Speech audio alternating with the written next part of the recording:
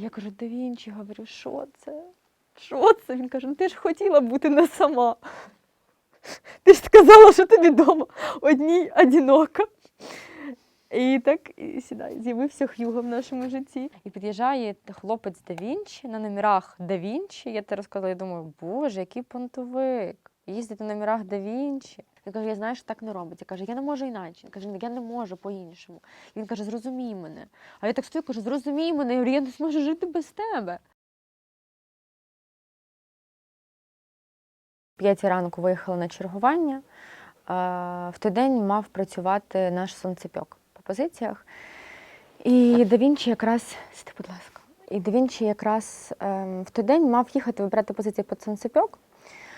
За день до того ми з ним, це було 6 березня, дуже посварилися, бо він пішов з хлопцями на штурм. Він очолював штурмову групу, яка заходила, здається, це була Богданівка. І я по рації чую, що це було 6 березня, і він так шепотом каже, передаю там черговому група да Вінчі 20 метрів там від підерів. І я така, я виходжу на чергового через Starlink, кажу, а що за група да Вінчі? І що там робить да Вінчі? Який штурм? І черговий мені пише, що да Вінчі вийшов зі своєю групою на штурм позицій. Сказав, що це абсолютно безвідповідально, що це безвідповідально по відношенню і до мене, і до наших стосунків, і до батальйону, і до всіх людей, які за ним йдуть. У нас була мова, що якщо він не лізе на самий передок, то я не лізу працювати на самий передній стаб-пункт. На той момент це був стаб-пункт в Часовому Ярі. І я знаходжуся на відтяжці, там працює моя група евака, бо він мені казав, ти ж начальник медслужби, як це ти будеш там працювати на евакі? Я йому кажу, ти ж комбат? Кажу, що ти там робиш? На штурмі. І ми 6-го ввечері заключили перемир'я про те, що ніхто нікуди не виходить, всі працюють згідно їх, вибачте, повноважень і того, де вони мають знаходитися. І тому 7 березня це був звичайний день, який почався у нас в 5 ранку. Хлопці виїхали шукати позиції під сонцепьок. Ми виїхали, моя група евака виїхала на свої позиції в Часів Яр. А я була на стабілізаційному нашому пункті разом зі своєю другою групою медиків.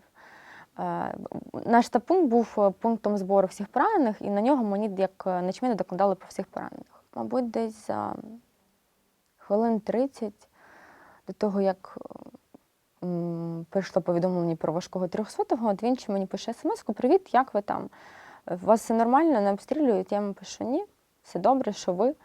А в цей день була така якась тиша. У нас взагалі це був самий легкий день, бо у нас не було жодного пораненого в цей день, а це там рідкість. Бо у нас перед цим бо у нас машини їздили туди-сюди, ми вивозили не тільки своїх, але й сусідів, сусідні підрозділи. Я кажу, сьогодні такий, говорю, легкий день, говорю, жодного пораненого, говорю, що там ваші сусіди? І він пише, у сусідів є поранені, але якби не ми їх вивозимо, тому якби ось так. Я пишу плюс, кажу, ти там обережний? Він каже, да, обережний, типу, ви теж будете в укритті. Приходить реально, може, хвилин 30. Ми такі всі на розслабоні, що сьогодні роботи не буде, бо якщо є робота, вона зазвичай починається від ранку. І на мене виходить капуста Аліні. Я отак беру рацію, і він мені каже, у нас важкий 300-й. Я одразу знала, що це да Вінчі. Ніхто не сказав цього. Це було якесь внутрішнє відчуття, бо я не знаю, ну, тобто це було, я просто це відчула, і я так стаю на стул. Я йому кажу, плюс зараз виїжджає евак, бо на важких ми виїжджали вперед. Я отак от сідаю, і мені мій Марік, анестезіолог, каже, збирайся. А я кажу, я не знаю, що відбувається. Він каже, що таке? Я кажу, я відчуваю, що це да Вінчі. Він каже, та не видумай, каже, хто тобі сказав? Я говорю, дай мені рацію. У мене була рація ще друга командирська. Я така сиджусь на стулі, я боюсь викликати да Вінчі, знаючи всередині, я не знаю, звідки я це знала, що він не вийде. Я його викликаю да Вінчі Аліні. І він мовчить. Я його викликаю ще раз, так, да Вінчі Аліні. І це чує весь батальйон, всі сусідні, які мають рацію. Я кажу, сука, дайте рацію да Вінчі. І всі мовчать. Я одягаю ту каску, я сажусь так от в машину, і я їду, і там з нами ще був фельдшер, він каже, що з тобою? Типу, зберись, ми їдемо на чергового важкого. Я кажу, це не черговий важкий. Я кажу, я відчуваю, а в мене всі внутрішні органи, знаєш, як перед іспитом, коли ти заходиш в кабінет, тебе всі внутрішні органи опускаються. Я їду з цими опущеними органами, і я не можу зібратися, у мене якийсь тремор, мене трясе. І я кажу, я вам чесно кажу, я впевнена, що це да Вінчі. Я кажу, я не знаю, чому, я це відчуваю, от як тільки капуста, оцей виклик, і він каже, Аліна Капусті, кажу, я клянусь, я відчувала, що це, я не знаю, як це описати. І виходить на мене мій екіпаж, який перехватує, і він мені кричить в трубку, Аліна, да Вінчі важкий 300-й. І в мене на цьому моменті закінчилося все моє життя. На цій фразі, бо я розумію, що таке важкий 300-й, коли мені передається мій екіпаж. Мій екіпаж не скаже мені про важкого, що він не важкий. І я отак от сідаю, і я кажу, я в перший раз в житті я не знаю, як я буду працювати. Хоча я підсвідомо все, що я робила в підрозділі, в медичній службі, з думкою, щоб врятувати да Вінчі. У нас в машинах було все, і останній рік повномасштабки я розвивала цю медслужбу, щоб вивести потенційно самого важкого пораненого і залишити його живим і здоровим. І я знала, що це потенційний поранений, колись може бути да Вінчі, і я була готова, на той момент, мені здавалось, я була готова б його вивести, і з моральної точки зору теж. І я отак от сиджу, і я кажу анестезіологу, я навіть не впевнена, що я, мабуть, зможу працювати, але, говорю, і нам вивозять його на каталки.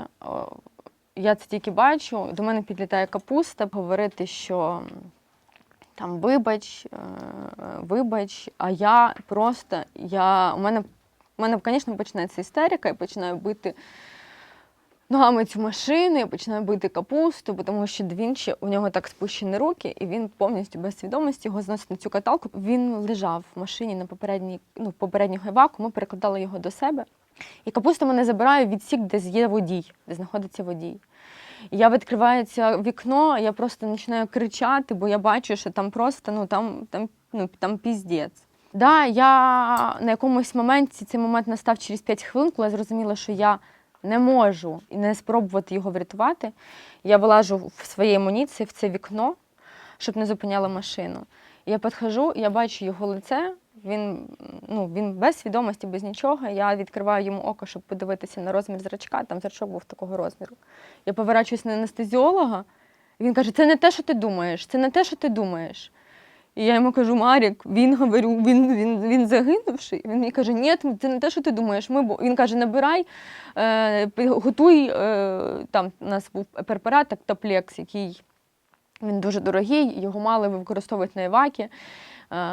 Він використовується для поранених з дуже важкою крововтратою і в цивільній медицині, зокрема. Я готую це, у мене тремтять руки, я готую це Тактоплекс. Я кажу, підключи мені монітор. Дай мені на моніторі пульс і тиск. Монітор ще, я говорю, підключи, цей монітор. І ми підключаємо монітор, а там 0 показателів. Я на нього отак от смотрю, говорю, Марік, робіть, що-небудь, робіть. А він його заінтубував і не міг підключити кисень, бо в нього була розірвана трахея. І я набираю Тактоплекс, даю, щоб вони вводили, вони йому поставили 2 косних доступи, бо не було вени в ноги. І він мені дає цей мішок амбу, це все. Я згадую цей день кожного дня. І я, мабуть, нікому в житті не побажала так прощатися зі своєю коханою людиною, коли я качаю мішком амбу людину, яку я кохаю, людина, з якою я живу 6 років, і людина, яка є моїм командиром. Я качаю його цим мішком амбу, я так наклоняюсь над ним, а в нього тут на вусі була така, як у них з мамою, однакова така, як вроджена така маленька дірочка на вусі. Я так наклоняюсь над ним, я його глажу. Я в перший раз в житті читала молитву «Отче наш». Я качаю цей довбаний мішок, який не качається. Мені дають там хлопці аспірацію робити, бо у нього все в крові, у нього з рота кров. Я його відсосую, в нього кров на очі, закриваю йому очі, я беру ці серветки, втираю ті очі. Я читаю цю молитву «Отче наш». І я прошу єдиного лишити цю людину просто інвалідом. Я прошу його лишити без пам'яті, щоб він не знав, забув мене всіх на світі, щоб він був живий. І це ніхрена не спрацювало на той момент. І хлопці продовжували, йому робили серцево-легеневу реанімацію. Вони робили дійсно все, що могли. Я по дорозі вже ми почали, говорю, давайте будете щось ще, говорю, робіть що-небудь, як я вас прошу. Кажу, говорю, це неможливо. Говорю, це просто абсурд. У нас, я говорю, є все, щоб врятувати людину, а в нас поранення несумісне з життям. Я кажу, як це взагалі могло відбутися? Ми під'їжджаємо, коли в Краматорськ, бо не було зв'язку, я починаю набирати всіх, кого можна. Я там Вербій дозвонилася, Оксана Анатоліївна Крачинській дзвонила, Воронкова і тобі. Щоб просто, я не знала насправді, для чого я це роблю. В плані того, що я подзвонила, попросила підготувати протишокову. Я набирала Залужного. У мене, звичайно, істерика. Я кажу, вибачте, що я вам дзвоню. Я кажу, я не знаю, що мені робити зараз. Кажу, да Вінчі дуже важкий поранений. Кажу, зробіть що-небудь, бо я не знаю, кому дзвонити. Якби в мене був телефон якогось Господь Бога, якби він щось вирішив, я б набрала і його. Я набирала в Офіс президента Машевцю, я просила його вийти на Зеленського, бо якби в мене був його номер, я б його теж набирала. Сенсу в цього немає. Тобто сенс в цьому відсутній, бо все було навіть на той момент вже не в руках лікарів, я не знаю, в чиїх руках це вже було. Йому ще робили в Краматорську хвилин 40, там боролися за його життя. Я знаю, що вони там дійсно боролись, вони робили все, що могли. Просто питання було в тому, що, як я вже розумію зараз, що він до нас, коли я відкрила йому зрачки, тобто я потенційно розуміла, але не хотіла собі цього визнавати, як і весь мій екіпаж, того, що, там шансів, мабуть, зараз я там, це говорю, їх не було, мабуть, одразу. Ніяких. І 7 березня – це день в моєму житті, якого я б хотіла, щоб цієї дати не існувало. Це найгірший день в моєму житті. Це день, від якого почалося пекло. Тому що я могла придумати будь-які варіанти, будь-якого поранення, будь-якої людини, але не качати мішком амбу людину, з якої там, я не знаю, ти плануєш якесь своє там майбутнє життя далі, і про смерть ми ніколи не говорили з ним про смерть, того, що він потенційно може загинути. Про це ніхто, мені здається, в цій країні не міг подумати, бо ніхто не міг повірити, що да Вінчі загинув. Ніхто не міг в це повірити. Я сиділа на крильці, я шукала, 40 хвилин я шукала, кого я можу ще набрати. Я з Залужним кажу, прийшліть мені сюди літак. Кажу, я не знаю для чого. Я кажу, я вам клянусь, я не знаю. Я кажу, говорю, повний вам бред, але кажу, мені, говорю, настільки зараз погано, що я кажу, готова, щоб його, говорю, хоч хтось кудись забрав і щось з ним зробив, щоб він жив. Як потім мені сказав мій лікар, що вони боялися вийти і сказати мені правду. Я сиджу так на ступеньках, і виходить мій Марік. Я на нього дивлюся, і я бачу по очам, що я підходжу, кажу, ні, говорю, ти не можеш мені цього сказати. А він каже, Алін, я кажу, ти не можеш мені цього сказати. І він каже, ці дебільні фрази, сука, з фільмів, ми зробили все, що могли. І, найменше я очікувала в житті, що мені це скажуть про да Вінчі. І він мені це говорить, і на цьому все. На цьому... Я кажу психотерапевту, і він питає, який день, мій останній день життя був 7 березня. Я не знаю навіть, який сьогодні день. Я не рахую дні, бо вони просто припинили існувати. Для мене з того моменту. У мене була величезна злість на всіх.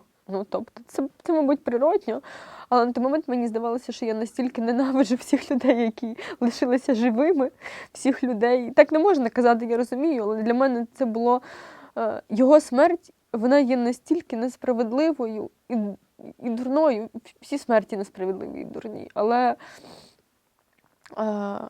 я говорила в нього на могилі про те, що немає більше любові за ту, коли ти життя своє віддав за друзів твоїх. І так закінчилося життя да Вінчі. На якомусь моменті свого життя я сподіваюся, що я це прийму, бо це був його шлях. І для нього цінність життя його особового складу була вище всього. Вона була вище будь-чого, що може бути в цьому світі. І він загинув, прийнявши ось цей снаряд, міну, що там прилетіло, просто на себе. Він заганяв всіх людей, які стояли в підвал, і заходив самим останнім. І саме в цей момент прилетів снаряд, і він не влучив кудись в руку, в ногу. Він влучив туди і розірвав трахею. Так що у нас, ми на той момент, в тій обставинах, на тій точці, де він був, його неможливо було просто врятувати. Це міг бути будь-хто інший, насправді. Але так чомусь сталося, і якщо можна це говорити, так, це була гідна загибель, гідного воїна, людини, яка почала свій шлях. Він завжди казав, я не боюсь загинути за Україну. Він не боявся загинути навіть за своїх побратимів, і він це зробив, насправді. І ось ця фраза, церковна з Біблії, я її теж собі проговорю кожного дня. Я намагаюся знайти в цьому якийсь дурний спокій того, що він так би хотів. І він би так зробив, якби мала можливість врятувати когось з його поранених, він би так зробив. Бо він, на жаль, не вбачав в собі ніякої місійності, він не вбачав в собі величезного потенціалу. Він ніколи не був знаєш, як бувають якісь зазнайки, які я лучше. В нього нікого цього не було. Його біда була в тому, що він не розумів, наскільки він цінний був і є не тільки для свого підрозділу, а для цілої України і подальшого його майбутнього. Я вже навіть не кажу про нас, як про мене, як про нашу сім'ю. Я це вже опускаю на мінімальні рівні, бо я приймаю те, що це був воїн. І він був людиною, яка жила Україною і віддала своє життя за Україну. Я казала, що я дійсно намагалася забрати його з війни, але війна забрала його у мене ось так назавжди. І чи є в цьому світі якась справедливість? Ні, її не існує, бо Да Вінчі тоді не загинув, тому що він мав зробити дуже багато ще чого. І це стосується і розвитку нашого війська, це стосується відбудови нашої майбутньої України, бо наш друг Сергій Варакін сказав, що таким, як Да Вінчі, не стають, їм народжуються. Я це говорю не як людина, яка його кохає і була. Я кажу як просто людина, яка з ним, його військовослужбовець. Я є бійцем його батальйону, я була бійцем його добровольчої роти. І я бачила цю людину в усіх різних ситуаціях. І такими командирами дійсно не стають. Це феномен людини без військової освіти, людини, яка почала з Майдану, потім почала з добровольчого підрозділу і розрослася в батальйон Збройних сил України, в який мріяли і мріють сьогодні ще більше потрапити дуже багато військових. І це абсолютно правда. У нас забита штатка нашого батальйону, бо до нас хотіли і хочуть йти люди. І він мені так і написав: Аліна, я не маю права не бути прикладом для особового складу. Каже, я не маю права вести людей в бій, не будучи разом з ними. Звичайно, що в мене там було купу аргументів, що йому треба війти в роль командира батальйону. І що це різні рівні. І що якщо з ним щось станеться, я говорю, якщо з тобою щось станеться, кажу, навіть не думай, говорю, про мене, лишили це. Подумай, що буде з нашим батальйоном, що буде з бійцями, які пішли за тобою. Вони пішли в ЗСУ, я пішла в ЗСУ, воно мені не впало 300 років, тільки тому, що він там був. І я йому це завжди говорила, я в Збройних силах тільки тому, що ти тут. Перша штурмова рота в Збройних силах тільки тому, що вони пішли за Да Вінчі. І більшість людей, які приєдналися до нашого батальйону, згодом це окремі організми, вони пішли саме до Да Вінчі, а не просто в якісь абстрактні збройні сили. Він не міг поступити по-іншому, він не міг не бути прикладом, вибачте, коли комбат іде штурмувати позиції, то ти такий думаєш, бляха, якщо комбат іде, то я вже навряд чи скажу, що я не піду, бо там ми йдемо на обой. Бо з нами йде комбат. І це не просто комбат, це герой України Да Вінчі. Бо він був прикладом, і за ним йшли люди не просто, з ним йшли люди в бій. Наш батальйон ніс найменше втрат, попри те, що ми заходили, штурмували позиції, ми заводили за собою піхоту. І на сьогодні, після загибелі Да Вінчі, наш батальйон нікуди не дівся, він далі називається вовками Да Вінчі, він виконує свою роботу.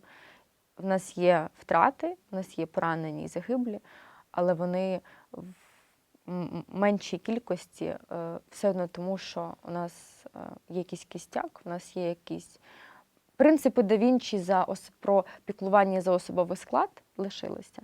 Він писав своєму ротному, який в нас був поранений, про те, що, друже, в першу чергу особовий склад, далі всі твої задачі. І він завжди писав, що, і казав на нарадах, що ми маємо думати про людей, бо за кожним з наших бійців є родина, є сім'я, є діти. Для Діми, коли у нас гинули бійці, я була з ним про кожному загинувшому з 2017 року бійці, це була для нього втрата частини його. Це була втрата, він казав, що він винив себе в тому, бо він щось зробив не так. Мені згадується наше перше побачення, звичайно, там, коли він мене взяв на побачення на танки в 17-му році, бо це був період такої дивної безтурботності на війні, якогось такого закоханості, щастя. Він тоді дуже змінився, це говорили навіть його бійці, про те, що з появою Аліни в житті да Вінчі він став трошечки добріший. А другий день – це наш Новий рік, останній.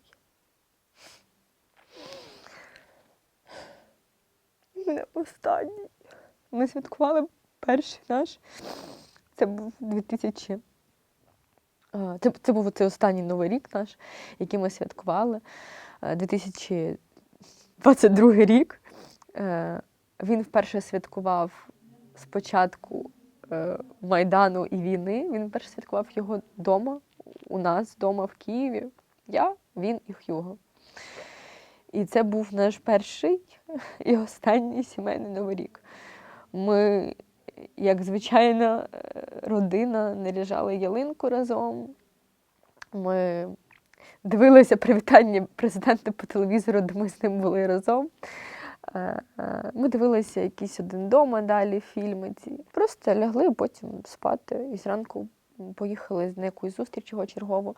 Це був для мене найщасливіший день, бо він для мене був про цивільну історію життя, коли да Вінчі погодився святкувати Новий рік не з підрозділом, а вдома, у себе вдома зі своєю маленькою сім'єю. Да. І для мене це був, по-перше, феноменальний день, подія, тому що я думаю, що там люди, які знають да Вінчі, та й для мене це не важливо. Я знаю, що для нього це був великий крок в розвитку наших стосунків, святкувати Новий рік вдома. Зараз там люди, які будуть це слухати, будуть думати, боже, що здесь такого? Але не для да Вінчі. Ми тоді поїхали до Наталки Нагорної на ялинку на Софіївській. Після цього поїхали додому, почали готувати. Діма допомагав нарізати якісь салати. Тобто це був абсолютно ніби вирваний з контексту останніх на той момент 5 років життя момент, ніби у нас якась нормальна родина в плані цивільності, і ніби післязавтра ми не поїдемо на війну назад. І ми післязавтра поїхали на війну назад. Але це момент нашого першого і останнього побачення, бо побачень, як люди собі уявляють, у нас більше не було. Це був 30 травня 2017 року. Це було наше перше побачення і початок наших стосунків. І цей 2022 рік, зустріч, Новий рік, це був другий такий самий, якщо ми викриємо щасливий момент. Та так їх було безліч, тобто їх було дуже багато. Я намагалася витягати да Вінчі. Він вперше поїхав за кордон разом зі мною. Він вперше побачив Рим, він вперше побачив картину Леонардо да Вінчі. І я викладала фотографію, от зараз, де він стоїть такий щасливий в музеї. Це був, здається, Ватикан, де він познаходив собі картину Леонардо да Вінчі. Для нього це було там прям вау. Для мене були всі щасливі моменти, де він трошки відпочивав, назвемо так, переключався від війни, де він бачив якесь певне цивільне життя. Навіть на війні, попри все, да, у нас було купа щасливих моментів, коли, наприклад, ми брали піцу і виїжджали на Авдіївський кар'єр, і просто сиділи собі, їли піцу, пили сок, говорили про якусь там свої якісь теми, звісно, про війну і так далі. Але це те, що формує, на жаль, на війні не так і багато якихось там, да, можна сказати, щасливих моментів, але до повномасштабної війни, з тим, як протікала там війна до 22-го року, наш підрозділ постійно був в Авдіївці, і це вже був наш як дім. І у нас з Давінчі була своя кімната, там вже були якісь там свої особисті речі, статуетки з подорожі. Тобто там ми там десь подорожуємо, ми все тягнемо в Авдіївку, в цю нашу маленьку хатину. Тому якби багато моментів було, але от самі яскраві це перше побачення і Новий рік. Це був 2019 рік, початок. У мене була, мабуть, крайня стадія вигорання, бо це якраз був тоді максимально ось це замороження війни. Я людина, якій дуже важко сидіти на місці і не робити чогось. І виходить, там медична служба створена, працює. Інформаційна служба, я також, коли ми були добровольцями, цим займалася. Вона була створена, вона працювала, у нас був хороший приріст, у нас була хороша там впізнаваність, як у підрозділу добровольців. Це була, я багато пояснювала Давінчі, що це і безпекова сторона того, щоб люди про нас знали, про те, що ми тут робимо.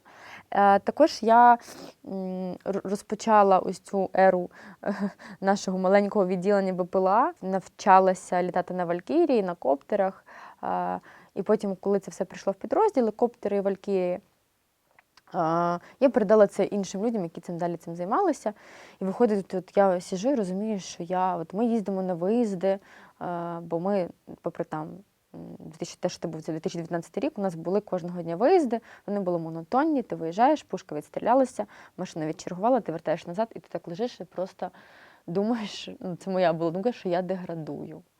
Я відчувала, що я хочу отримати якусь ще освіту. У мене втрачаються вміння розмовляти з людьми на будь-які інші теми, окрім війни. І я вийшла в якийсь такий дивний період депресії, я про це сказала Давінчі, про те, що я б хотіла взяти перерву, бо мені важко. Це виходить 17-й, перед тим був 16-й, бо я була в госпітальєрах, 16-й, 17-й, 18-й, 19-й рік, це був мій 4-й рік на війні і 3-й рік з Давінчі на війні. І тут, може, хтось не розуміє, через те, що ми були добровольцями, ми не виїжджали нікуди. У нас не існувало ротацій, у нас була своя хатина в Авдіївці. Спочатку це був підвал в Авдіївці, в лісу, а потім переїхали на свою базу, де ми жили як просто вдома. Де у нас була своя кімната, свій домік, а поряд ще живе чоловік 100 нашої роти. І от якось так ми всі жили, робили роботу, там знищували ворога, але в масштабах і перспективах перемоги у мене почалися якісь закрадатися абсолютно дебілкуваті думки, які я розуміла чого. Тому що я просто те, що могла віддати, я його віддала, я не отримую ресурсу, його нема поки що з чого отримувати, бо ми там їздимо, тоді було проблема у підрозділу, там, то снарядів не було, то стріляти не давали. Це був такий не самий найкращий період в плані війни, розвитку війни і вбивання ворога. На той момент мене подають на програму мої друзі «Відкритий світ», це обмін в Штатах. І я про це кажу Давінчі, що, слухай, мене подали на цю програму, я б хотіла поїхати, якщо ти не проти. І він казав, ти що, для мене я так радий, що ти туди поїдеш, що ти будеш розвиватися, давай, звичайно. Я поїхала в Штати і вернулася з думкою, що я хочу поступати на другу освіту. І я, мабуть, хочу спробувати жити цивільним життям. Я йому про це теж сказала, про те, що я хочу працювати з молоддю. В мене є потенціал робити корисні речі, а я в підрозділі його більше не маю куди віддавати, бо все, в сфери, куди я могла його віддати, я його віддала. Давінчі абсолютно мене в цьому підтримав. Він сказав, да, звичайно. Я запитала, а ти що там? А він каже, вибач, що ти розумієш, що поки ніяк, бо йде війна. Але, каже, давай будемо пробувати щось будувати своє. І ми тоді, я вже переїхала повноцінно, можна сказати, в Київ.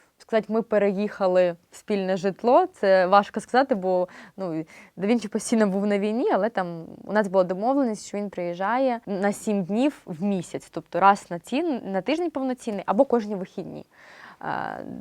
Додому до нас в Київ, щоб ми хоч проводили якийсь час, щоб це не було там по телефону, тому що багато моїх друзів та й не друзів, знають, що Двінчі був, я це називала маніакальним синдромом, за яким я зараз супер сумую.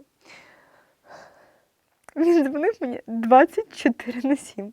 Тобто це була кількість дзвінків, від якої я іноді жахалася. Там перший час моя мама казала мені: Аліна, він тобі дзвонить через кожні 2 години. І це було просто: привіт, ти як? Як діла? Типу, що там в тебе? І от він міг бути на роботі, працювати, я чую гармата. В тебе ж як там справа? Все нормально? Ти як? Ти в безпеці, все добре? Він мене питає, будучи, що я в Києві. І це продовжувалося, і мене на той момент це часом підбішувало. А зараз я за цим так шалено сумую, що я готова, щоб він дзвонив мені кожну хвилину. Це був тихий ужас, да? Ці всі ревнощі теж до Борі Рябухи, до Яшки. І ми тоді з Яшкою, як Яшка був моїм другом нашим, не моїм. І ми з Яшкою вирішили піти на концерт на Атлас Вікенд. І це був просто розрив, він був дуже ревнивий.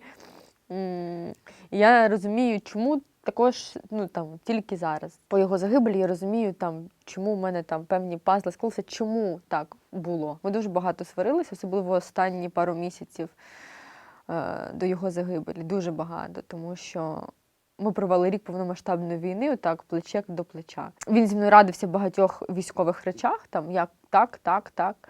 І у нас не завжди співпадали бачення цього.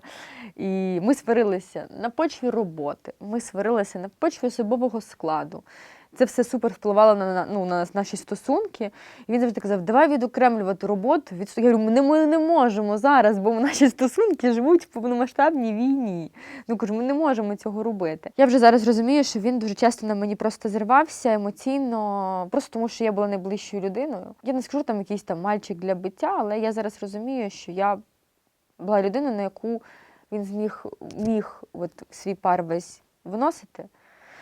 Робити вдих, виходити. Це була одна з причин сварок і того, що як ми будемо далі жити, якщо ти на мене визвіряєшся. Але я вже зараз розумію, чому це було. Тому що це був постійний стрес. Я зараз також намагаюся знайти в собі сили, прийняти те, що він був дуже втомленим за цей рік повномасштабної війни. Він дуже втомився. Від цієї втоми він якась реальність, вона втратилася, того, що ти не безсмертний, того, що і тебе може десь там задіти. Наші якісь сварки, які були останні, вони були постійно вже на той момент на почві роботи.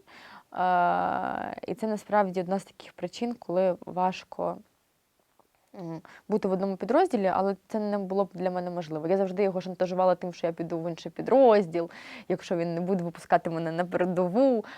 І він вже казав: та ти єдина, хто не слухає мої накази, тому йди в інший підрозділ. І це були такі сімейні драми, абсолютно нестандартних, дивних відносин людей, які змогли побудувати і пронести ці 6 років відносин, попри великі сварки, попри на якихось певних ми були на гранях розставання, і це було не один раз. Але ми змогли це зберегти, і коли загинув Джек, це наш друг дуже близький був з Да Вінчі. Це була втрата дуже сильна для Да Вінчі, це була втрата для мене. І він тоді приїхав до мене на медпункт. Він останні півроку, коли вже у нас налагодився штаб, робота штабу, медслужби і так далі, ми почали жити з Да Вінчі окремо, бо я жила зі медпунктом, він жив зі штабом, тому що це були різні точки локації. Коли загинув Джек, Да Вінчі приїхав і жив зі мною на медпункті, мабуть, днів 5. І ми тоді проговорювали про те, що давай ми будемо триматися купи, ми спробуємо пронести те, що нам вдалося зберегти до перемоги, лишимо всі ці чвари на почві роботи і просто спробуємо зберегти те, що є, і після перемоги будемо вже це далі відбудовувати, робити це, як роблять нормальні люди, бо це не було реально. Да? Наші відносини зменшувалися до нарад ввечері, Тьомчика в губи і добраніч, і ввечері теж була смішна переписка, десь прильот, він мені в укриття, я пишу плюс. Він мені дзвонить по відеозв'язку, а я лежу в ліжку, а він каже: я сказав в укриття! Я йду в укриття. Виходжу, він дзвонить через 5 хвилин, каже, а я така знов стою в коридорі, він каже, Аліна, я сказав в укриття. І це було, ну, тобто, така якась турбота, і він дуже боявся, я знаю це, він дуже боявся за мене, що зі мною може щось статися. Він собі надумував, що за мною можуть полювати окремо росіяни, бо я медійна особа, і вони мене там ненавидять, бо там були якісь моменти, коли вони мене 300 разів вже вбивали в своїх пабліках. І на якомусь моменті він почав на це зважати, що раптом тебе впізнають там Донецькі на вулицях, а раптом то, а раптом. Це було все після загибелі Джеки, бо ну, він так, це, для нього це була супер важка втрата. І я ж кажу, і от 5 днів після його загибелі ми вперше за півроку, він жив зі мною на медпункті, а не зі штабом. І це було так, це було важко. Це був один з останніх наших важких пережитих разом моментів втрати близької нам людини. Ця втрата також кожна була його особистою також втратою, особливо цих людей. Я пам'ятаю 79-м, вони здзвонювалися за день, і Да Вінчі мав приїхати до 79-го. І вони домовлялися про цю зустріч, бо ми якраз тоді були на Запоріжчині. І Да Вінчі мені каже, ви гайдемо к 79-му завтра? Я кажу, ну та давай, я говорю, звичайно. Я пам'ятаю, що ти подзвонила йому і сказала, або написала це. А він там почитає, або дивиться, і він на мене каже, 79-й загинув. Я кажу, та як? Ну, бо це взагалі рівень камбріга, це рівень командуючого, це навіть більше, ніж рівень камбріга. Да Вінчі ніколи не ходив на жодні поховання своїх бійців, ніколи. І це була, я не скажу, принципова позиція, він сказав, я морально не можу. Він каже, я знаю, що я не витримаю жодного поховання своїх друзів, своїх бійців. Але він був на кожній могилі з хлопців, про яких ти сказала. Він заїжджав і до 79-го, і до Тенгрі, і до Лівші він заїжджав, коли ми були в Києві, і до Яшки, звичайно. І 8 березня ми мали приїхати до сім'ї Джека. У Джека лишилося 2 діток, з якими ми теж були близькими, Іван та Маша. І я пам'ятаю цю смс-ку, я вже приїхала ввечері з моргу. Мене в районі 4 днів мене кололи там якимось препаратами, просто тому що це був непреривний. У мене була агресія. Тобто у мене не було стану коматозу якогось, у мене була агресія до всіх людей навколо, до всіх навіть цивільних людей. От приходить військовий якийсь з якоюсь там дівчиною, а я в душі я його ненавіжу, я не можу з цим справитися. І це ненормально, бо я ненавіжу його за те, що він живий, а мій Да Вінчі ні.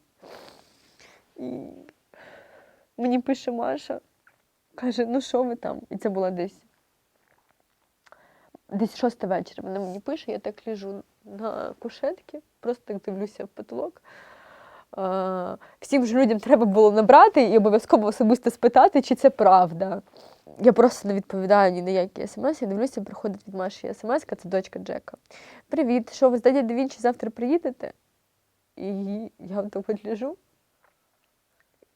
І думаю, боже мій, я навіть не знаю, я не маю ні слів, ні можливостей, ні фізичного стану, просто навіть відповісти на це, і вона через годину мені пише.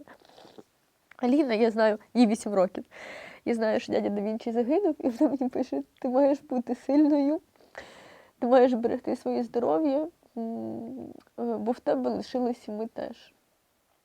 І пише, я тобі підготувала подарок. Ти для твого підняття настрою. Ти його як зможеш, забери, приїдь до мене.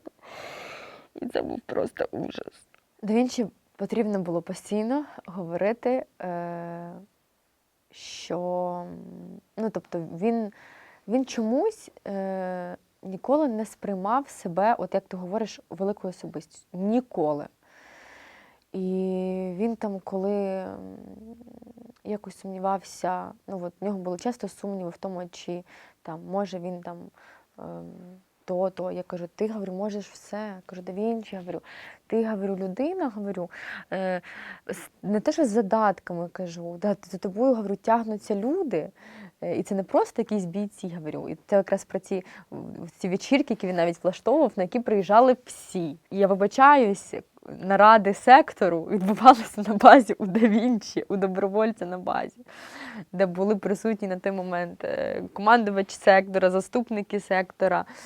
Знову ж таки, я пам'ятаю цю нараду з Азовом, яка була також з командуванням секторів і радів військ, і вони всі збиралися на базі у добровольців Да Вінчі. Я не скажу, що для нього це було про визнання, для нього це було про те, що йому вдалося примирити людей абсолютно різних родів військ, розумінь, що йому вдалося зробити таку маленьку ком'юніті, назвемо це, таку маленьку сім'ю людей, які з одними цінностями. Бо ми не будемо кривити душею, у нас не всі на сьогодні там і в командуванні є, і в командуванні бригад на той момент були, зараз не знаю. Не всі командири бригад до повномасштабної війни хотіли воювати. Так?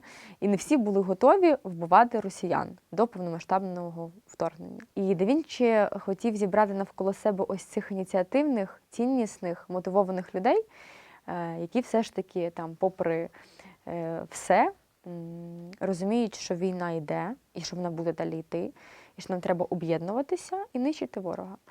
І в нього це вдалося.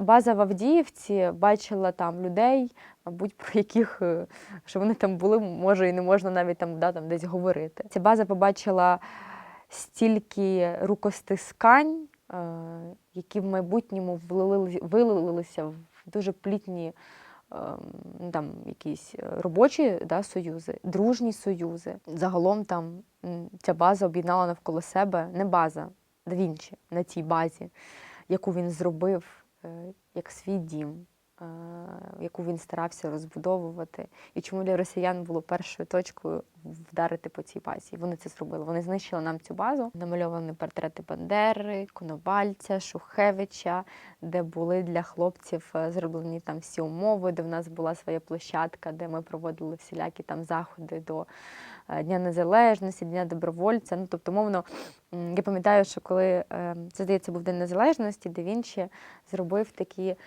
нагороди від себе. А він, ми добровольці, але це була нагорода від Да Вінчі. Ми її розробляли, там було 3 вивка. І Да Вінчі запросив всіх бойових камбріїв, командувачів, з ким він воював в цей день. І він вручав цим людям з великою подякою за співпрацю з ним, за довіру йому, його підрозділу, за дружбу, за завжди надійне плече і для назвемо людей від рівня, я там вже сьогодні це розумію, полковників та генерали були на нашій базі. Для них ця нагорода від Да Вінчі, вона була ціннішою за будь-які нагороди державні на той момент, коли вони отримували. Я пам'ятаю, як Кащей, який отримав від Да Вінчі цю нагороду, це Дмитро Кащенко, він ходив, і він так каже: "У мене є ця нагорода від Да Вінчі". Смайл так само, він каже: "У мене є нагорода від Да Вінчі". Це говорило про, і говорить про ось, як ти кажеш, цей магніт, яким він був для людей. Бо я зараз говорю, знову ж таки, не як його кохана людина, я говорю це як просто його якийсь боєць, людина, яка мала можливість спостерігати його рост з 17-го року до 23-й. Він був з величезним стержнем, він був абсолютно непримиримий з будь-якою несправедливістю, він не йшов ні на які поступки, але добрішої людини в цьому світі я не зустрічала. Він вмів собі суміщати ось весь цей твердість того духу і характеру командира з величезним серцем, відкритим до всіх людей. Я йому часто казала, я кажу: говорю, от ми з тобою стільки разом, і у мене цього нема. От у мене, якщо я ненавиджу цю людину, я її буду ненавидіти, навіть якщо вона зміниться. А от його там дуже було багато моментів, коли до нього поверталися люди спиною в свій час, а коли він вже в розправі, як вони казали, в крила і кимось став, вони почали до нього пишати і тиснути руки. І він до цих людей також відкривав своє серце. Я кажу: "Як ти можеш?" Кажу: "Ти ж знаєш", він каже: "Аліна, кожні люди вчаться, і кожні люди мають право на помилку", каже, ми не знаємо, які помилки ми допустимо, і хто нам. І це була така якась мудрість від просто цієї на той момент, ну там йому 20, йому було 23 чи 24 від цієї, дитини. І я кажу, я говорю, реально маю чому в тебе вчитися, кажу, але я говорю, не можу цього зробити, бо в мене я віслюк. Я такому казала, я говорю, я прямо віслюк. Кажу, я бачу, що це працює. Кажу, я бачу цю твою величезну відкритість до людей, навіть тих, хто там тобі умовно там плював раніше в спину, а зараз вони чогось помінялися. І він навіть до них був відкритий. Він їм протягав руки, він їм пропонував допомогу, і він їм допомагав. Там у нас є купу відео, які я знаю, що він би не хотів, я цього нікому, там тільки з тобою в приватній розмові, де він був абсолютно іншою людиною, де він хохотав від душі, коли ми там, я його десь знімала, що він, ми десь в кімнаті, і він ловить мух дуже смішно якоюсь своєю футболкою. І він повертається, бачить, що я його знімаю, я відкидаю телефон, він підбігає, починає мене лоскотати, і він сміється таким дурним, не своїм сміхом, тим яким щирим, справжнім своїм. Та навіть як він відносився там до Х'юго, це якісь теж внутрішні штуки, як він його сварив, як він зранку, я нагадаю, Да Вінчі дуже не любить собак, а Х'юго став його, це стало нашою такою, можна сказати, дитиною. І в нас була домовленість, Да Вінчі кожного ранку вигулював Х'юго, коли він був в Києві. Кожного ранку він вставав і вигулював собаку.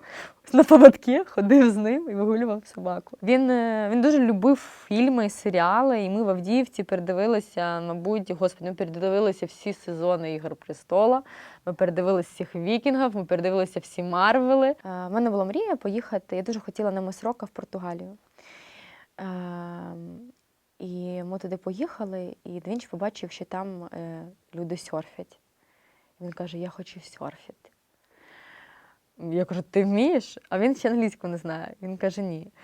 Я кажу, говорю, іди, домовляйся, там, бери костюм цей. І він, не знаючи англійською, для мене просто мені хотілося, щоб він пробував говорити англійською, щоб він комунікував з людьми, бо це він не піддавався. Я його записувала на курс англійської мови, я намагалася з ним ці курси.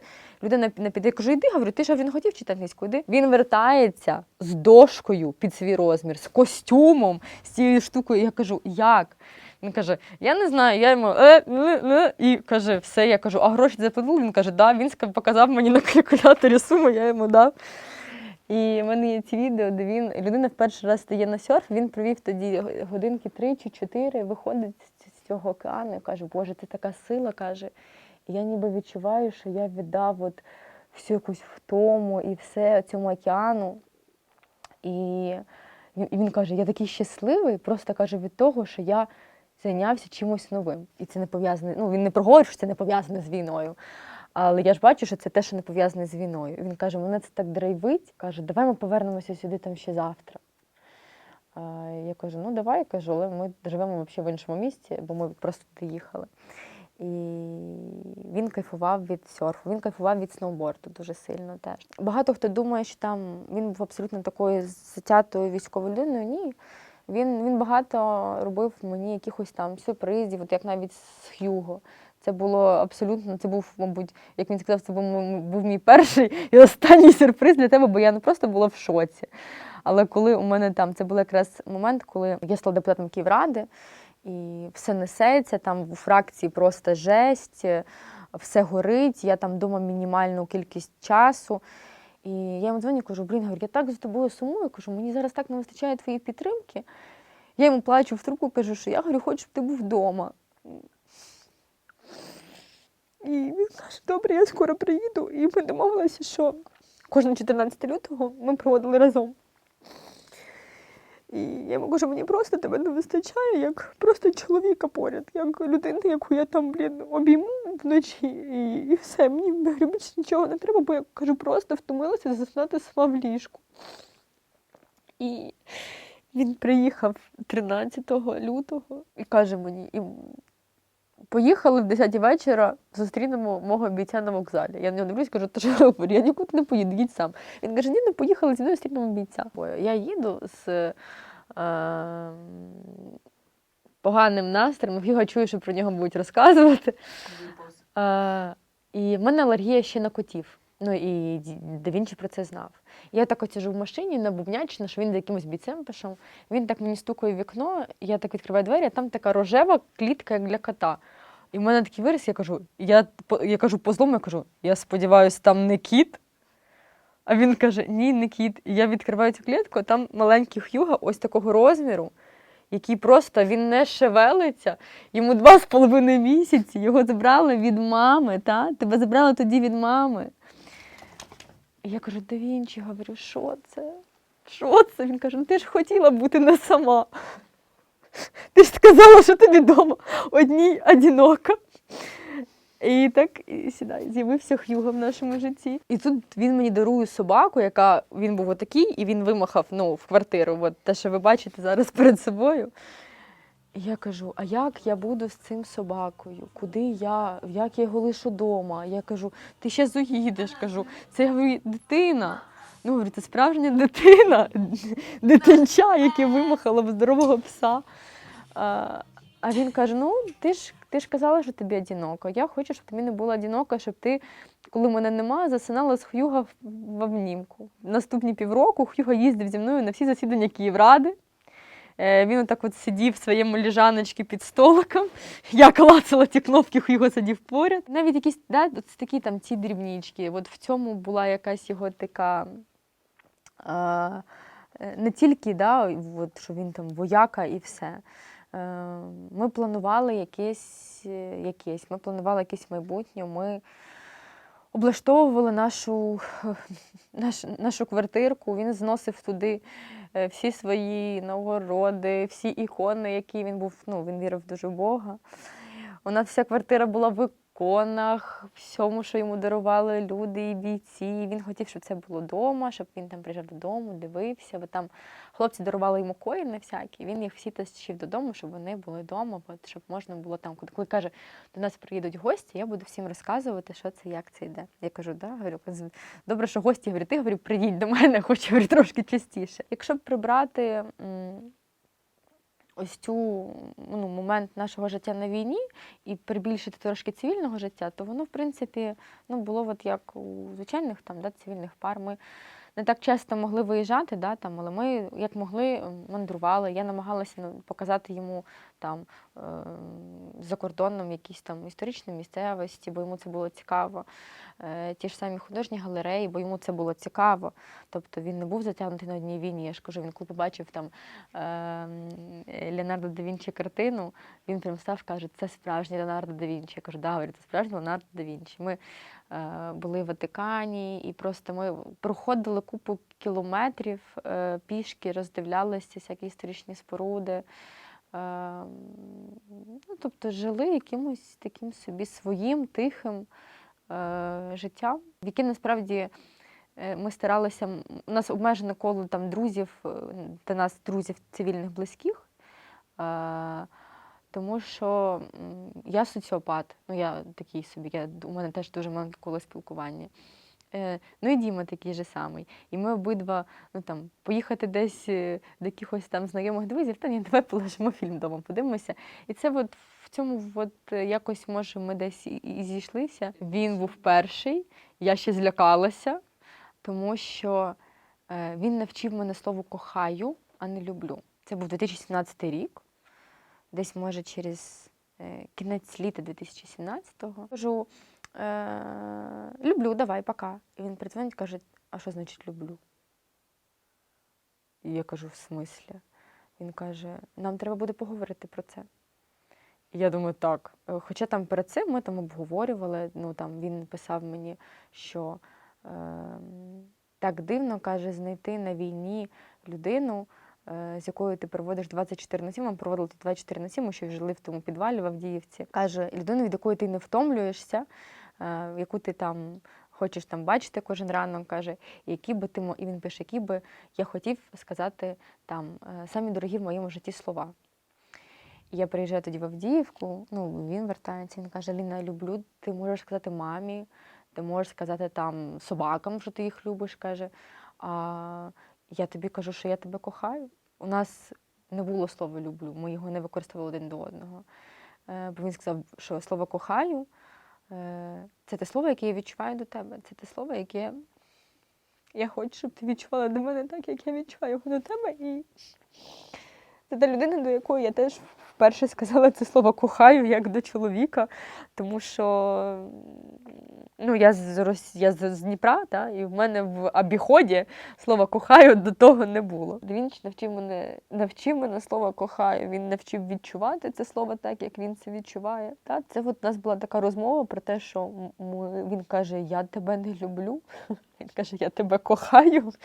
Десь може рік я казала, що класно, що кажу, у нас вже рік відносин, а я досі в тебе закохана. І він, це погане слово? Ти не закохана, ти маєш мене кохати. Я кажу, я кохаю, кажу, але кожного разу так ніби я закохана. Ні, люди, коли закохуються, вони не можуть ще кохати. Я кажу, добре, окей, кажу, але ти маєш знати, що я в тебе ще досі закохана і досі кохаю. У мене запитали, чи я закохана. Так, Люди. закохана. І от для нього були важливі ці ж навіть, знову ж таки, для командира, якого там всі звикли бачити, він вчив мене просто словам, як їх використовувати і як їх відчувати. Взагалі у нас таке доволі цікаве. Я називаю це кохання з першого погляду, або з першої зустрічі, не знаю. Я написала, коли я їхала на ротацію від госпітальєрів, ми заїжджали на лікарню, куди я не хотіла їхати в Авдіївку максимально. Я хотіла працювати в Широкіно, мені там було цікаво. А ставати на лікарню в Авдіївці, я їхала з такою... Їхала тільки тому, що їхала Куба, щоб ми їхали вдвох з нею. І Куба десь затримувалася, я приїхала, чи я, словом, якось ми з нею окремо виявилося, що чи вона пізніше приїхала, чи я. Я їду, мені армія СОС загрузили мою машину купою молока, і якого треба було роздати, бо це вже була весна, вже літо майже. І я пишу, а я знала, що стоять добровольці, що є Да Вінчі, хоча ми того ніколи не бачили, але я про нього ясно, що чула. Я йому написала, що якщо у вас є якісь потреби, ми як армія СОС готові закрити їх, мої колеги, а я зараз як госпітальєр буду на Авдіївці. І давайте я вам передам молока, бо його дуже багато, а ви не забезпечуєтеся ЗСУ, хай там хлопці п'ють молоко. Він мені пише, потреб у нас нема, як завжди. Молоко забере мій заступник. Я думаю, хамло. Думаю, я пишу, ок, все. І він мені пише ввечері вже, вітаю, на ви. Я сам заїду, заберу, ви зможете вийти там через 20 хвилин. Я кажу, так, звісно. І тут я чую на крильці, починається, Да Вінчі приїхав, там хтось каже. А я так виходжу, в мене ще були такі червоні гражданські шорти, я десь на гуманітарки взяла, бо я форму прала, якась футболка, і під'їжджає хлопець Да Вінчі, на номерах Да Вінчі, я те розказала, я думаю, боже, який понтовик, їздить на номерах Да Вінчі. Він забирає це молоко, ми якось там в двох словах обмінюємося, що я там з армії СОС, що я можу допомагати по планшетах. І наступного дня Да Вінчі привозить мені вже такий, ми не могли виїжджати в АТБ, щоб якщо там поранений, щоб там постійно бути на місці. Він мені приносить такий огромний пакаван з АТБ з шоколадками, йогуртами, всім, чим тільки можна. І кожного дня потім це відбувалося, він привозив мені просто якусь їжу, якісь там приколи, які він заїжджав, купляв в АТБ, приїжджав до мене ввечері, ми просто ще стояли, говорили. І він каже, я кажу, слухай, в мене є, мрія взагалі, я б хотіла побачити роботу танка нашого по росіянам. Я кажу, прям не можу, я бачила і АГС, і 152, і СПГ, все, говорю, а прям не можу. І він каже, давай ти спочатку навчиш наших танкістів користуватися корпівою закритих позицій. Я кажу, давай. Я пишу Яні Зінкевич, вона була там моїм командиром, кажу, що так і так, я можу виїхати, це буквально 5 годин. І Да Вінчі привозить мене на позицію, де стріляють бойові танки. І я так на нього дивлюся, я кажу, так це ж не навчання. Він каже, да, це такий тобі. Від мене сюрприз, каже. І я розтаяла, звісно ж. І від того, як він командував, він залазив прямо на башню, був зверху, він коригував вогонь по прямій наводці з цього танку. Я стою і думаю, боже, а воно немножко страшно. Я ще думаю, це називається «Говори свої бажання». І він мене завіз потім, я цілий день під враженнями. І він приїжджає ввечері, і ми щось стоїмо, він мене так цілує і каже, та що, ми тепер зустрічаємося? Я кажу, виходить, що так. І він каже, ну тоді, мабуть, давайте ви у нас будете там чергувати там на підвалі, якось треба. Я кажу, ну дивись, у мене закінчується ротація якраз в кінці травня. Я зможу до вас, якщо що, переїхати, там поясню Яні, що я поки буду у вас. І ми спочатку жили, цілих 2 дні я жила в окремій кімнаті, потім Двінчі каже, слухайте, переїжджай до мене в кімнату. Я кажу, ну, а хлопці, як це буде ще виглядати? Він каже, ну всі будуть в шоці, каже, бо я в підрозділ не беру дівчат, і в мене в підрозділі ніколи не було дівчини.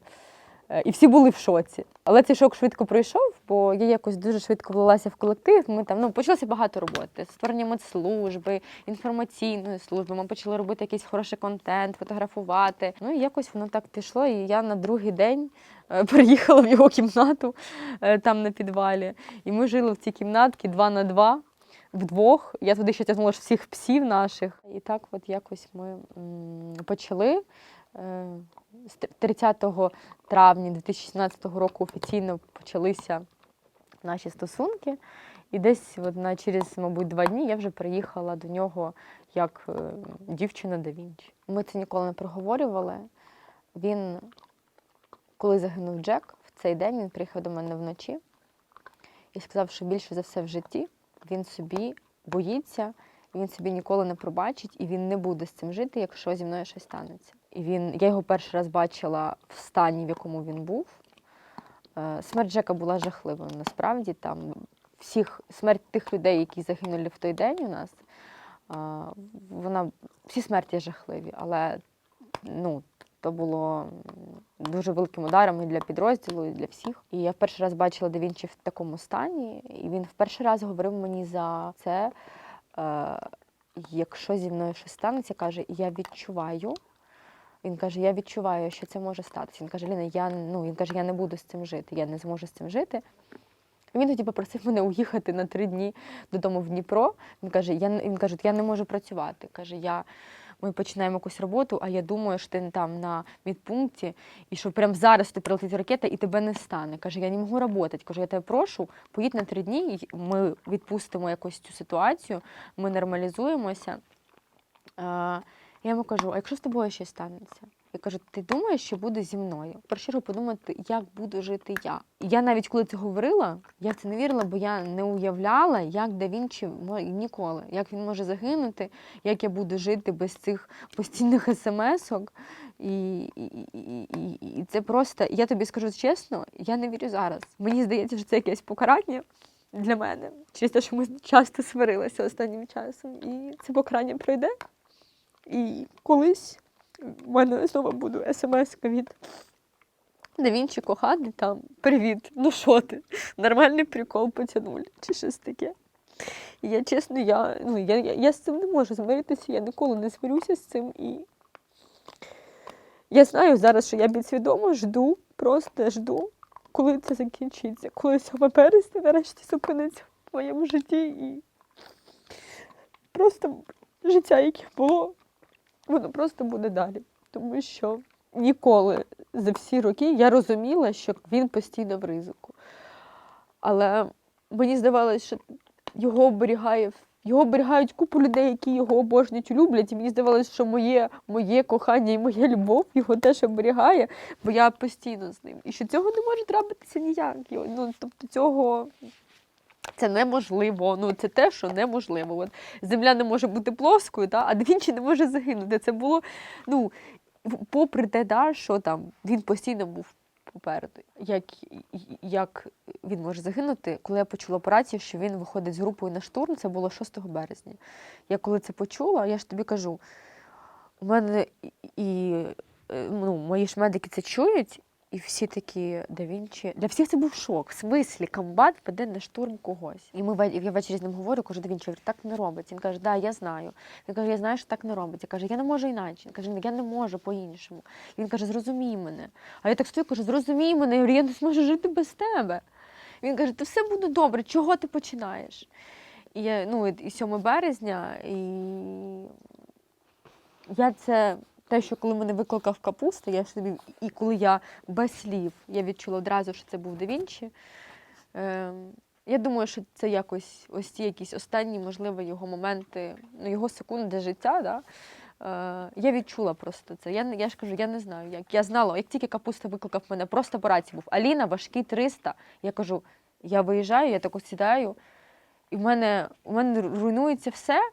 Я намагаюся зупинити думки. Ні. Це людина, з якою все завжди нормально, завжди все добре. І так не сталося. І моїм другим страхом тоді було вийти по рації на нього. Наступний день, як Да Вінчі загинув, в мене, в принципі, було... Я прийняла якесь таке дурне... Ну, не дурне, воно просто ясно, що воно було таке. Я хотіла йти з армії повністю. Потім пройшло пару днів, я зрозуміла, що а як я піду? Ну, тобто, а як я? Я ж чогось тут, і я знаю чого. Я тут, тому що Да Вінчі був тут. І лишається батальйон, його батальйон, який я вірю в те, що він буде називатися його іменем офіційно. Наступного дня, 11 березня, я приїхала назад в підрозділ. У мене є мій особовий склад, я це розумію, я мала якось вийти і показати, що я про те, що я писала, що я сильна, я не лишаю. Я не лишаю Да Вінчиного зараз там заступника ТВО, його Капусти, що я не лишаю людей, яких він любив, що я зараз разом з ними, і що я буду продовжувати цю боротьбу. Поки що зараз мені важко знаходитися в тих місцях, мені важко дивитися на цю машину, в якій ми його вивозили, тому що це, я ж кажу, кожного дня я згадую це кляте 7 березня. Нема ще цього дня, коли б я б не згадувала. Я поки такий беру собі тайм-аут відпустки і намагаюся зрозуміти, я не йду з армії, це точно, я буду продовжувати те, що я вмію, працювати в сфері медицини військової, розвивати свою медслужбу.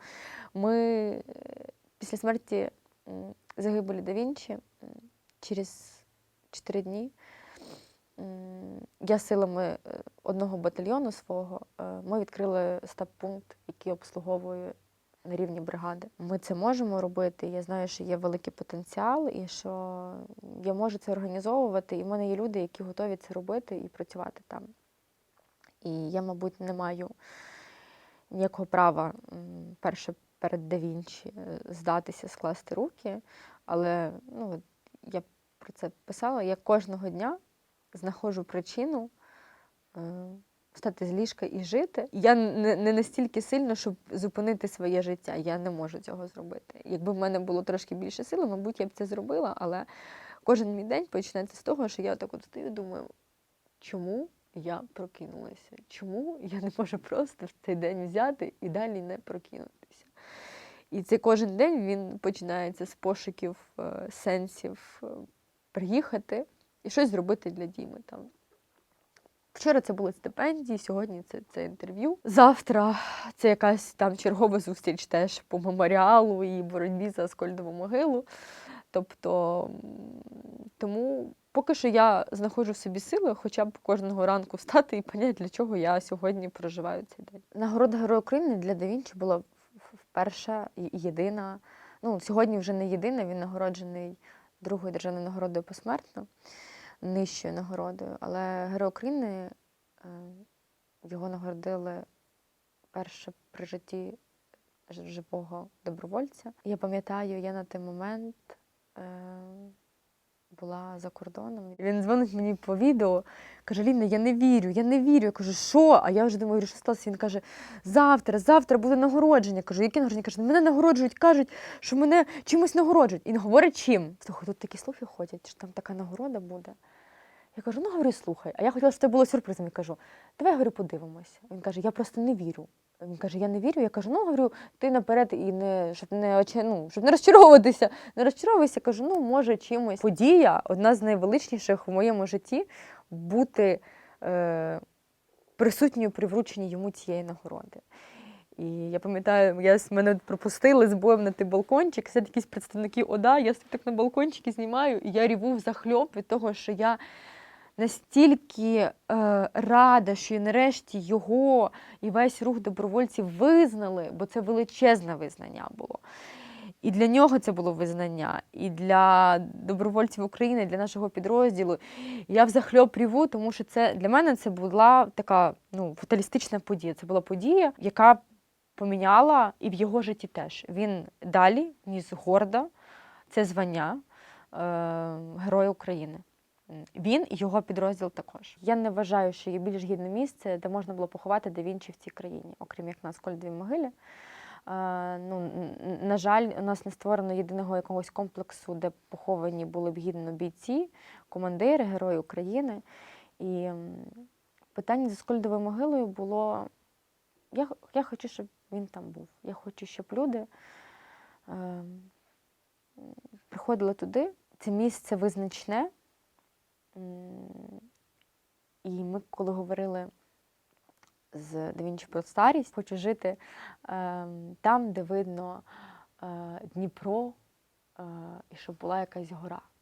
І щоб я виходив, каже, в свою маленьку хатинку, у мене були такі розкати Дніпра, я собі сідав на стул, бубнів як старий дід і розказував, як я воював своїм внукам. На жаль, це не те, що він планував і втілив життя, але з його могили є видно Дніпро, він знаходиться на пагорбі. На жаль, це не будинок і не старість, але я впевнена, що він би не хотів ніяких своїх поховань. Це 100%. Ми навіть про це ніколи не говорили. 8 березня, коли я приїхала забирати його в морг в Краматорський, я зрозуміла, що я нікому не віддам організацію цієї історії, бо я знаю, що я зроблю так, як він би цього хотів, а навіть якби він не хотів, я зроблю це так, щоб це було гідно цієї людини, в першу чергу цієї великої людини, великого воїна, великого командира, людину з величезним потенціалом, людину, якій можуть і мають віддати шану всі. І так і сталося. На похованнях був президент, був головнокомандувач, були різні представники родів військ, були, мабуть, всі, хто був на той момент в Києві і міг приїхати і віддати Дмитру честь. І це теж не просто тому, що це якийсь Да Вінчі. Ці люди щиро захоплювалися ним, ці люди його любили, ці люди його поважали. Я впевнена, що вони б хотіли, щоб він продовжував свою роботу і щоб він далі, на мою думку, він спокійно, згодом міг би займати посади того ж головнокомандувача. У нього були на це всі якості, абсолютно всі. Я розуміла, що це має бути Київ 100%. Бо він Герой України. Він, як казали його мамі, що він достояння всієї України. Він став символом і він став сином всієї нашої країни. І він за цю країну віддав своє життя. І тому це має бути обов'язково в Києві. У нас були певні конфлікти. Я не хочу в цьому інтерв'ю говорити про конфліктні теми. У нас були певні конфлікти з міською владою з цього приводу, де поховати Да Вінчі. Воно так зійшлося, я впевнена, що він мені теж в цьому допоміг. Тому що була ситуація, я обирала також йому труну, бо я не могла ні на кого це делегувати, бо мені треба було, щоб все було так, як я це бачу, я знаю, що бачив би це він. Він любив дуже янголів, він мені завжди дарував всякі прикраси з янголятками. І там ми шукали чорну матову труну. І єдина чорна матова труна, яку ми знайшли, вона була в Києві, і там були такі янголи по боках. І я думаю, янголи, він любив янголів, але він якби командир. Думаю, ладно. І коли вони перестріляли, я попросила поміняти білу, ці покривальці на чорне. Коли хлопці піднімали кришку, вона просто випадково падає в них з рук і розбивається. І вони мені дзвонять і кажуть: Аліна, чорної труни немає, у нас розбилася кришка, як ми не знаємо. Я кажу, я знаю, Діма просто не хоче цієї труни. Я кажу, я тоді буду шукати далі. Та труна, в якій був похований Діма, з нею все було добре, вона була чорна, матова, там була зображена вечеря. Свята вечеря з боку. Я впевнена, що він також нам допоміг в тому, щоб це поховання сталося на Аскольдовій могилі, бо це було, м'яко кажучи, важкувато, скажімо так. Це мій такий перший етап з того, що я закрила це питання. Вчора ми закрили питання збору 25 тисяч підписів на петицію, щоб там зробити пантеон. щоб зробити це місце тим місцем, яке буде сакральним для всіх українців. Да, там не буде, це не буде Арлінгтонським кладовищем, але це буде місце, де будуть приходити, давати присягу новобранці, де люди будуть приходити, віддавати честь полеглим. І це місце знаходиться в самому серці Києва, воно є історичним, і воно таким і було. І моєю такою наступною я собі ставлю за ціль. Це ті задачі, якими я просто живу для того, щоб от знаходити, як я кажу, кожного ранку сенс просинатися. Я дуже хочу перепоховати Степана Бандеру саме там, щоб зробити пантеон, в цьому пантеоні. Пан Бандера був для да Вінчі постаттю, яка його надихала і вела все його життя. Він для нього був дійсно тим символом і прикладом. І він завжди казав: Аліна, наші, каже, прадіди воювали без нічого. Каже, воювали, каже, десятиліттями. У нас, каже, є все, технології, у нас є, каже, інтернет, старлінки, там зброя, яка каже, і що, ми здамося? Він каже, мене, каже, завжди мотивує, от коли, каже, у нього ніколи не було моментів, коли він хотів здатися і лишити цього, ніколи. І за 6 років, які ми разом, жодного разу не було жодної думки, щоб це все лишити.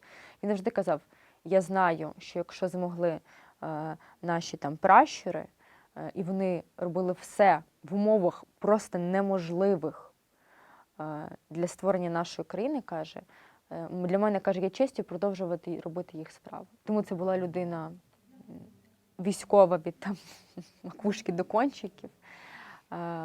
Тому він похований з такими почестями. І тому далі моєю справою є, що він там десь зверху казав: ніфіга собі, біля мене буде похований, або похований вже постфактум Степан Андрійович Бандера. Це не має ніякого вже сенсу для когось, да?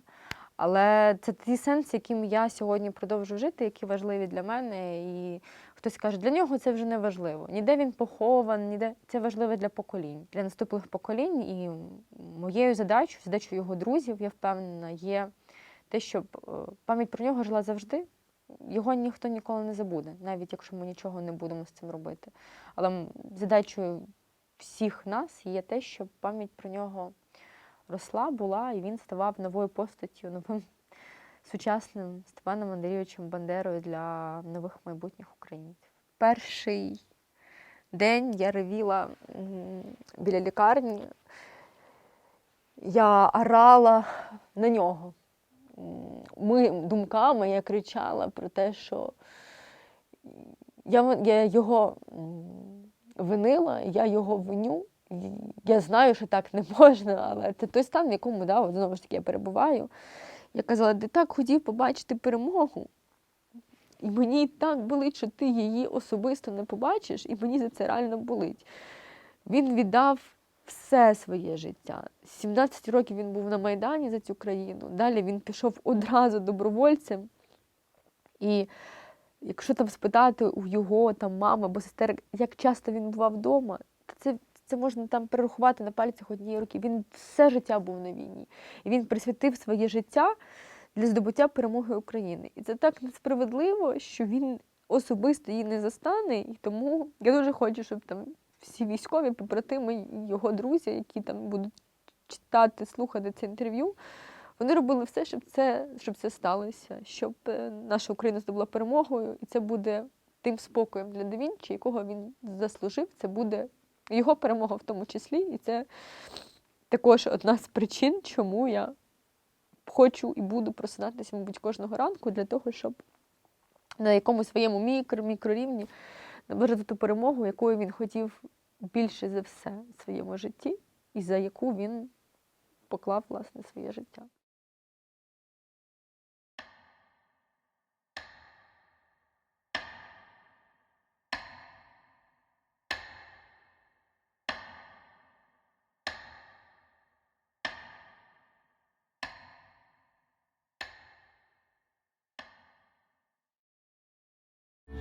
Кохаю тебе.